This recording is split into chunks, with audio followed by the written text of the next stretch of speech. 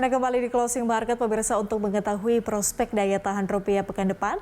Kita telah bersama dengan Andreas Moro, Chief Economist Bank Mandiri. Pak Andri, terima kasih sudah bergabung bersama kami di Closing Market. Seperti apa gerak rupiah sepekan hingga sore ini, Pak Andri? Baik, terima kasih Mbak pertanyaannya. Jadi kalau kita lihat pergerakan rupiah selama sepekan ini, kalau kita lihat sih relatif stabil ya. Tadi seperti yang disampaikan juga di awal, jadi seminggu terakhir ini rupiah diperdagangkan relatif stabil di 14.200, 14.300. Saya rasa alasan dari ini, ya, walaupun faktor sentimen globalnya juga besar yang bisa mendrag ke atas, namun berbagai data domestik dan juga penurunan kasus harian COVID-19, ya, dan juga diiringi dengan peningkatan demand terhadap US dollar terhadap safe haven currency ini memang faktor-faktor yang dominan mempengaruhi. Yang saya sampaikan di sini adalah point out-nya ada bahwa data-data domestik relatif cukup bagus di minggu-minggu ini, terutama kemarin juga diumumkan bagaimana peningkatan di cadangan devisa kita, Mbak. Oke, artinya dengan adanya rekor cadangan devisa ini bisa menjadi daya tahan tersendiri ya bagi rupiah, terutama juga di tengah isu tapering. Ya, tentu saja CADEV yang kuat, ya, yang semakin meningkat, itu adalah salah satu faktor positif bagi faktor fundamental Indonesia menghadapi perubahan pola kebijakan moneter di Amerika Serikat. Jadi kalau kita ketahui bersama, kalau kita flashback tahun 2013 yang lalu, CADEV kita tuh masih di kisaran 99 billion US dollars.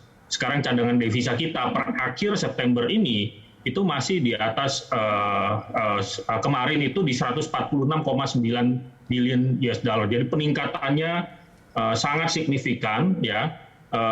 Dan saya rasa ini bisa menjadi amunisi yang kuat juga bagi Bank Indonesia kemudian untuk meningkatkan stabilitas nilai tukar rupiah gitu. Oke, Pak Andri, dengan mengacu perkembangan ekonomi Amerika Serikat saat ini, apakah kemudian potensi taper tantrum bisa terjadi di akhir tahun 2021 ini? Bagaimana daya tahan rupiah dan pasar keuangan Indonesia? Oke, baik. Jadi kalau dilihat dari kondisi saat ini, kita coba bandingkan saja ya. Kalau kita bicara taper tantrum, tentu saja kita membahas bagaimana kondisi kita di tahun 2013 yang lalu. Pada saat itu current account defisit kita itu di atas 3%. Saat ini di bawah 2%. Bahkan proyeksi kita di 2022 pun juga belum akan sebesar posisi di tahun 2013 yang lalu. Tadi poin yang kedua adalah seperti yang kami sampaikan tadi, CADEV kita, cadangan devisa Bank Indonesia, itu di 2013 di kisaran 99 billion US dollars. Saat ini di 146,9 billion US dollar.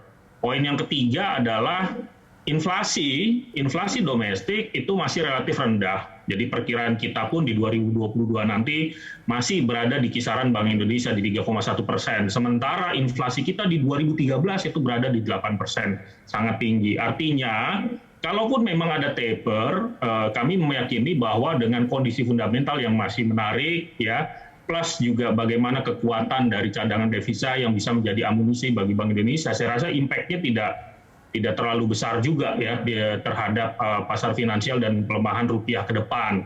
Apalagi kalau kita lihat posisi foreign ownership itu mencapai 32% tahun 2013, sekarang 22%. Begitu Mbak, kira-kira. Oke, Pak, kalau soal selera investor kemudian di pasar obligasi saat ini, kalau dibandingkan obligasi yang diterbitkan pemerintah dengan perusahaan, seperti apa perkembangannya?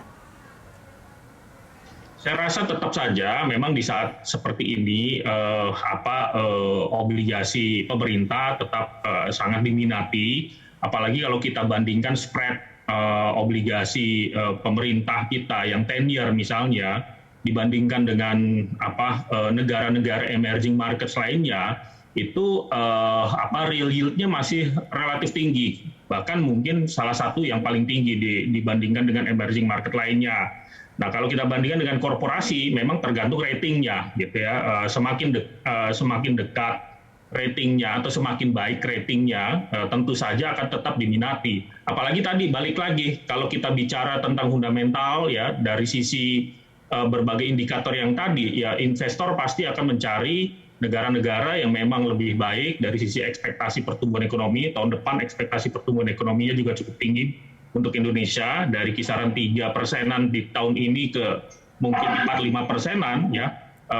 Tentu saja ini masih akan menjadi faktor penarik ya buat investor global masuk, baik yang sovereign maupun yang corporate bonds-nya. Oke, artinya investor masih menarik, Indonesia masih adalah pasar yang menarik begitu ya untuk berinvestasi di tengah ekspektasi ekonomi Indonesia yang masih positif.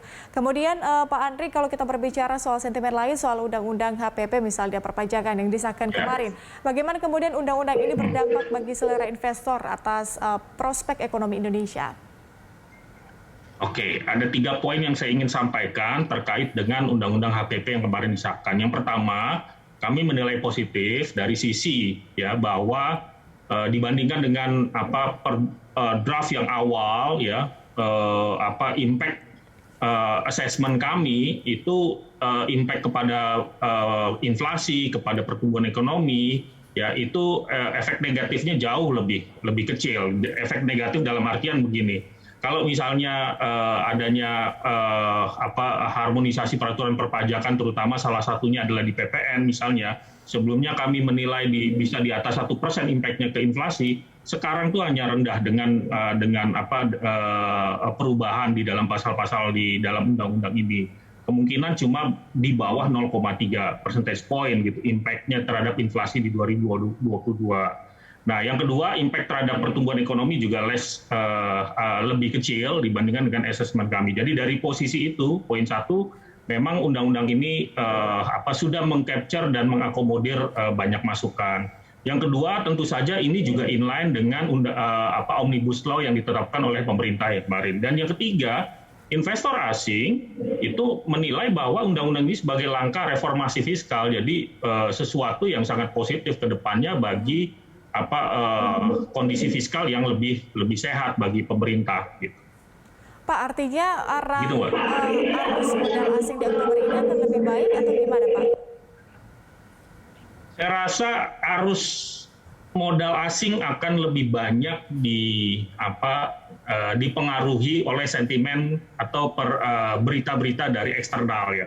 Nah, ini yang memang bagi kami sangat relatif lebih sulit untuk memprediksinya. Katakan misalnya, ya ahead dari bulan November nanti misalnya sudah mulai ada tanda-tanda taper dimulai di bulan November, tentu saja nih akan menggerakkan flows juga ya. Contohnya adalah pergerakan outflows di bonds selama beberapa minggu terakhir ini, yang outflows tentu saja bukan karena faktor domestik, karena faktor domestik lebih banyak data-data positif yang keluar dari mulai penurunan kasus COVID, ya, penambahan cadangan devisa, ya, terus juga purchasing manager index dan consumer confidence index yang juga baik gitu. Jadi memang akan lebih banyak dipengaruhi oleh faktor eksternal. Artinya memang sangat sulit ya untuk melihat bagaimana pergerakan dari modal asing ini. Mungkin saja masih ada outflows ya ke depannya.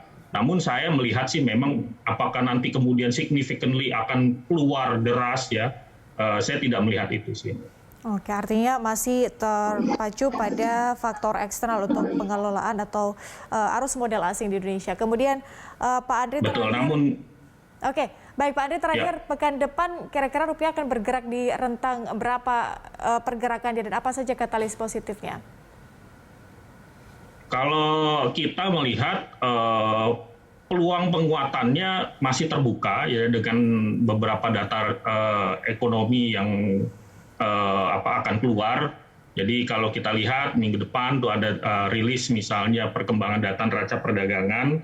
Kalau kita lihat sih memang akan masih tetap surplus dan juga ada potensi juga dari data tersebut. Ya mungkin ada capital inflows juga gitu ya dari sentimen positif tersebut. Kalau dari eksternal ada beberapa data ekonomi yang bisa jadi leading indicator seperti inflasi US ya dan juga FOMC minutes. Jadi kalau kita lihat sih minggu depan kemungkinan pergerakannya antara 14.210 sampai 14.320 per US dollar. Oke, pergerakannya akan di 14.210 sampai dengan 14.320. Terima kasih Pak Andreas Moro atas informasi dan juga analisis dari Anda. Sama-sama, Salam sehat, Pak. Pemirsa, demikian Andreas Moro, Chief Economist Bank Mandiri.